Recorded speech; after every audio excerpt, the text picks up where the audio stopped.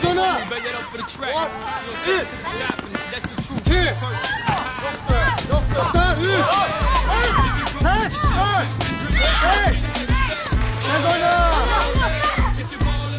Nadir Əliyev, Bəxtiyar Qulamov, İlham Əliyev, Bəxtiyar Musayev, Aslan Kərimov, Rizvan Fərzəliyev, Rasim Ramaldarov və s. Bu meydança kiçik olduğuna baxmayaraq, böyük futbolçular ilk addımlarını bu meydançadan başlayır.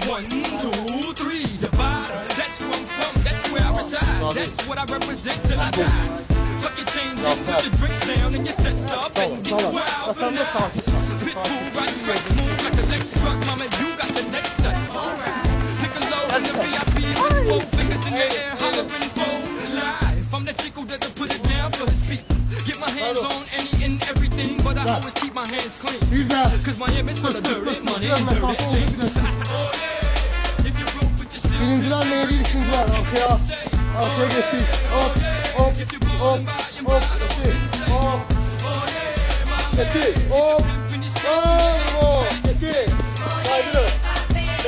Biriniz böyle biriniz getir. Ora kay, ora. Hop, getir, hop, geri, hop, getir. Yaxşıdır.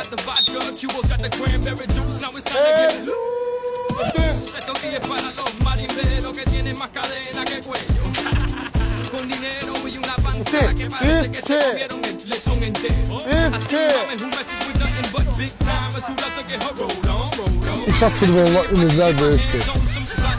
Tövsiyəm əsas valideynlərədir. Uşaqlara futbolla məşğul olmalarına həvəs və imkan yaratsınlar. Hal-hazırda yaranan infrastruktura gələcək inanla baxmağa imkan yaradır.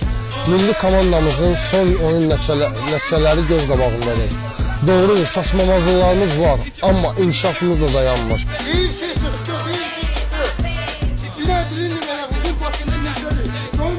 Böyük futbolda əladır, yəni şəraiti, meydançalar, infrastruktur, yəni rəhbərliyin diqqəti. Adicə bir misal çəkə bilərəm, Bakı Futbol Klubunun olan şəraiti bütün komandalara yəni nümunə olmalıdır. Elə bir şərait, infrastruktur mən arzu edərdim ki, bütün komandalarda olsun. İkinci zadaynamız budur.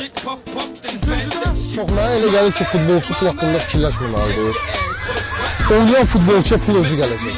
Yəni əsas odur. Pul haqqında fikirləşdinsə, sən karyeranı tez bada verə bilərsən. Ancaq fikrində futbol yatdan çıxandan sonra ancaq beynində ancaq pul çağır fikirləşəcəksən.